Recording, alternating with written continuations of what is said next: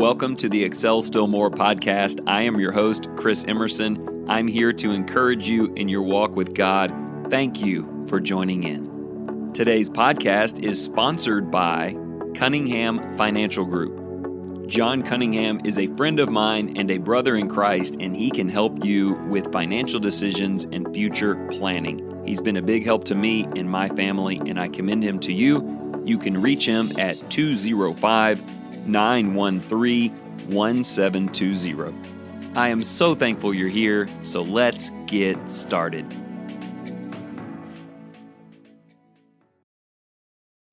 So you may already know this from past episodes, but I'm quite the math nerd. I've always enjoyed numbers, and they work their way into a lot of what I do. So I almost titled today's episode 15 or 60. Now, I know that doesn't mean anything to you yet, but hopefully very soon it will. And I will be asking you a question. Are you a 15 or are you a 60? And while I didn't go with that because I realized it was kind of ambiguous and odd, I have done it before. And in some ways, this episode with these numbers reminds me of one that I shared with you way back in September of 2019. That one was called 90 or 52, and yes, we went with the numbers in the title, and it took you back to the study of the book of Nehemiah. Ultimately, you have to decide, are you a 90 or are you a 52? Do you remember the story from back in the Old Testament? Nehemiah found out that back home in Jerusalem, the city walls had been left in shambles for 90 years. 90 years. They just stepped over it. Nehemiah finds out about this, travels home to Jerusalem, rallies up the troops. He gets them to admit that there is a problem. He gets them to agree on a solution. He convinces them to work together and stop for nothing. And what they did not do in 90 years, they were able to accomplish in 52 days. I love that letter and that concept, and it comes up often in my teaching. Are you someone who waits a really, really long time, maybe your whole life, leaving something undone that you could have accomplished in less than 2 months? Now, in that episode, I'm hoping that you will pick the shorter time period. But today, it's the opposite. Today, you're asked to choose from a smaller number or a larger one, and I hope that you find a way to choose the greater number. Okay, enough reminiscing and nostalgia. I need to share with you a 1957 Harvard study done on a bunch of Norwegian rats. Yeah, you heard all that right. I have this friend on Facebook who only shares strange and interesting stories and photos. And last week, he shared this story, and I jumped in on Google and read, 10 articles about it, verifying some facts, and now I would love to share it with you. Yes, it's about rats and drowning, actually. And there will be a number question, but behind it all is today's title, The Hope Experiment. The impact of hopefulness in even the most desperate of situations. Okay, so here's what happened. And yes, rats were harmed in the making of this experiment, not, however, the making of this episode, if that helps. Researchers accumulated 2 groups of rats. The first were wild, non-domesticated. They just went out in the fields and caught them. They had never been in cages before or captured or any of that. And one at a time, they placed these wild rats in tubes filled with water to evaluate how long they would keep swimming before they gave up and drowned. 34 rats later, they came up with an average number, 15 minutes. Certainly, they had the physiological ability to last longer than that, but never having been confined, in total and sheer panic, they just gave up, one after the other. So the other group of rats were, I guess you would call, domesticated. They had been raised in the laboratory. They were used to being in tubes and cages and being fed by researchers. So they ran the exact same experiment on a dozen of those otherwise identical rats to the ones from before. So let me just ask you, how long do you think those domesticated rats were able to keep swimming before they finally gave up and drowned? I mean, I gave you a big hint because I told you I almost titled this thing 15 or 60. So I guess the answer could be 60 seconds. But I also told you that today I hope you choose the larger number. So it has to be more than 15 minutes. Was it 60 minutes, 4 times as long? No. It was much longer than that. These rats were able to keep swimming up to 60 hours before giving up. That's 2.5 days of constant effort, a full 240 times as long as the rats that had been captured from the wild. So from those results, they began to form a hypothesis that would need testing. They believed, and rightly so, that the difference was psychological. It was mental, not physical. All of the rats had the same capabilities.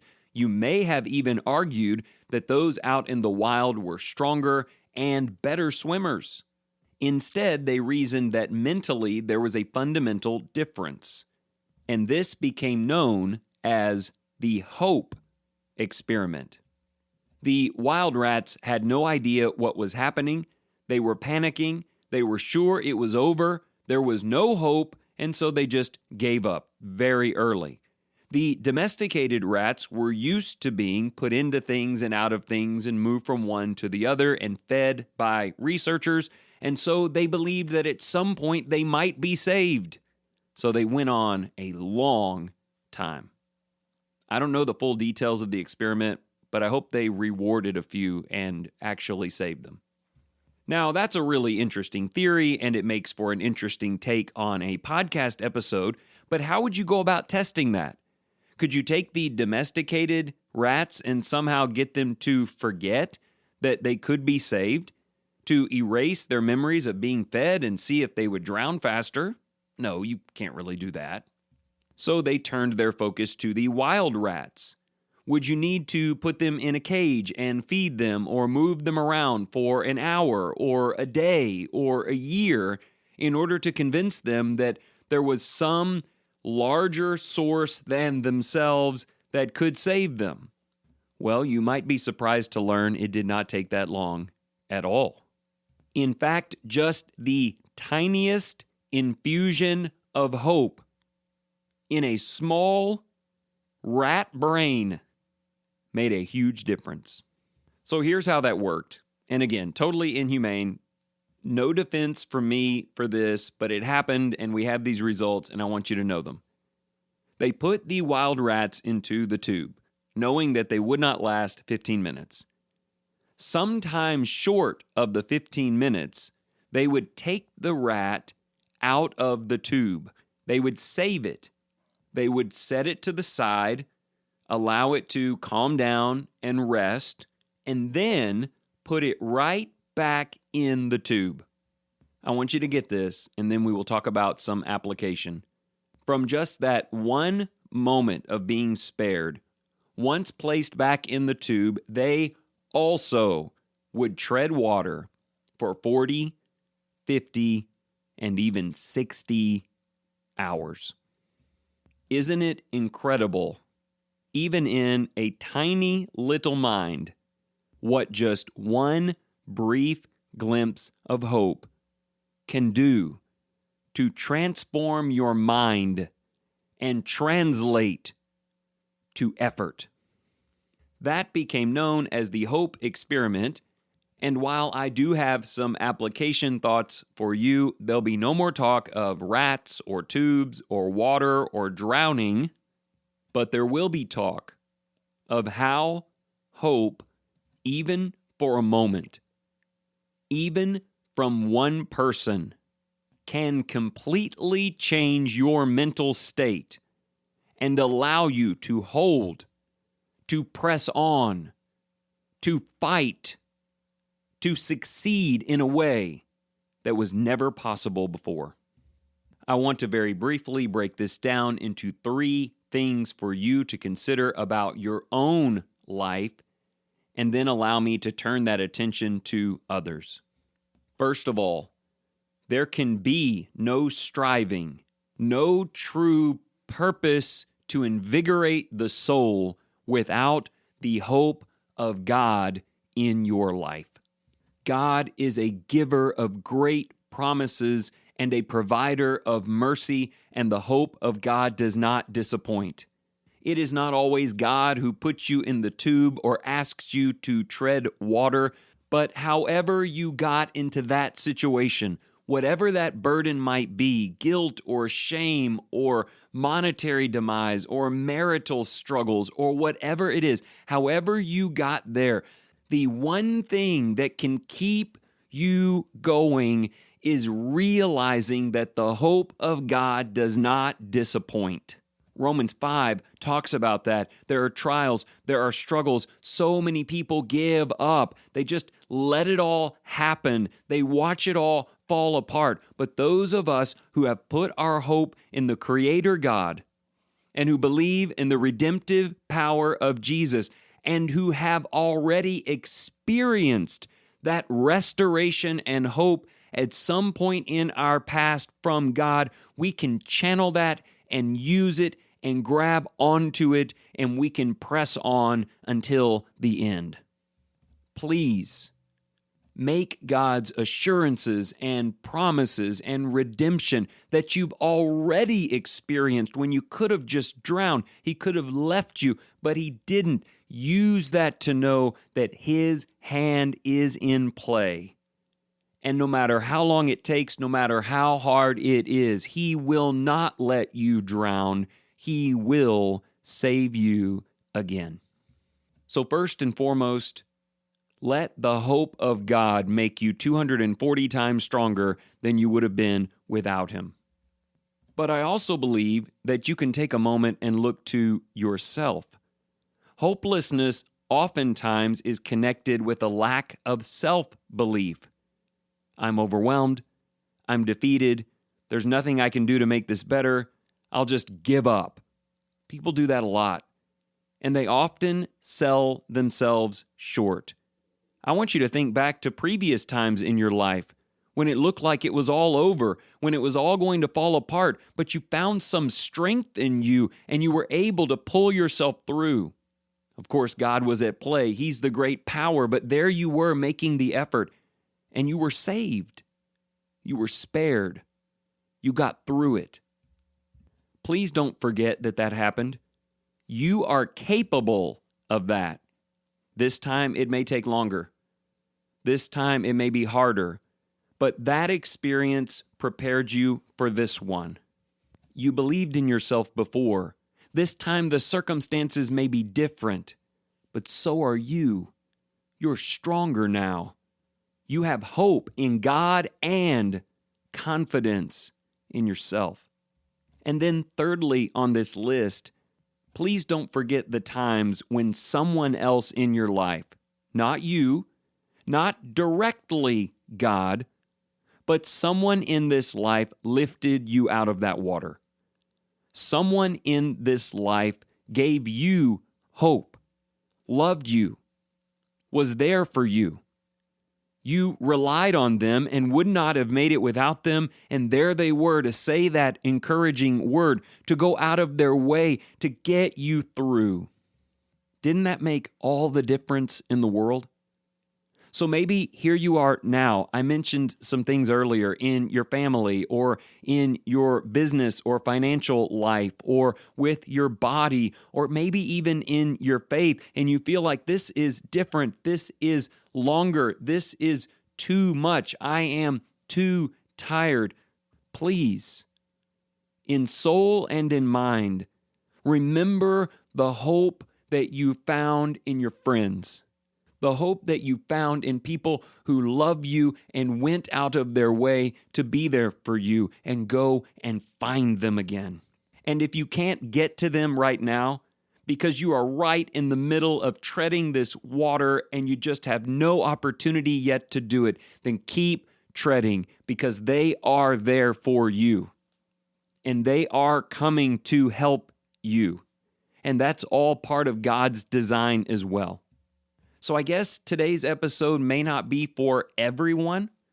Maybe it's just for the people who are barely able to keep their head above water. They don't know how they got themselves into this. Maybe they accidentally stepped off in the tube. Maybe they filled it with water on their own. Maybe the devil's at work. Perhaps it's some testing of God. And you think you're going to give up. You can't last. If that's where you are, hope is what you need. We sometimes define it, we preachers, we like to put things in terms of definition as desiring something and expecting it. Hope is desire plus expectation. I'm good with that, but I don't like the technical nature of it. Instead, to me, today, hope is belief. True belief. Belief in God, that He sees and He cares, and He will help you. Belief in yourself, that you are strong, and you are faithful, and you can do this. You've done it before. And faith and belief in your friends, in the people who will put themselves in harm's way to extend their hand to grab yours and to get you into a place of safety and peace. I hope you thank God for them every day. Okay, last thing, and I told you I wanted to turn the attention away from you to others. Maybe you are someone who is not presently in that situation. You are in a place of peace. You're not in a current stage of great crisis. What a wonderful thing if that's where you are in this life. But trust me when I tell you, there is someone in your life right now who is drowning.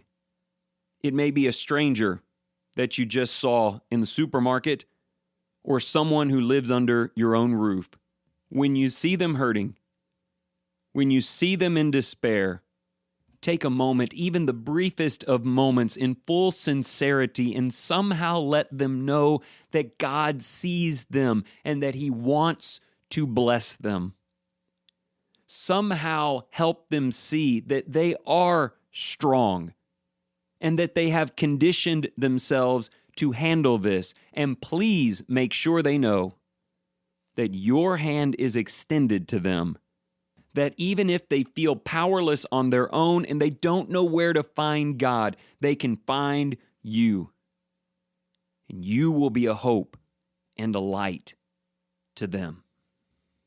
So listen, whether it's you or someone you love or someone you just met, when the water is rising and your energy is being spent and you're thinking about giving up, don't.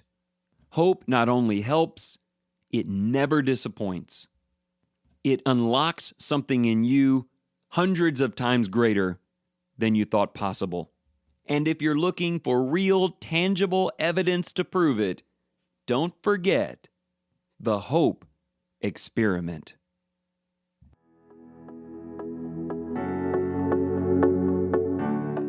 Thank you so much for joining in today. I certainly hope you feel encouraged in your faith. If you are in search of new and exciting ways to share that faith with the young people whom God has put in your life, remember to visit creationtorevelation.com. They have beautifully illustrated stories to help you share the Word of God.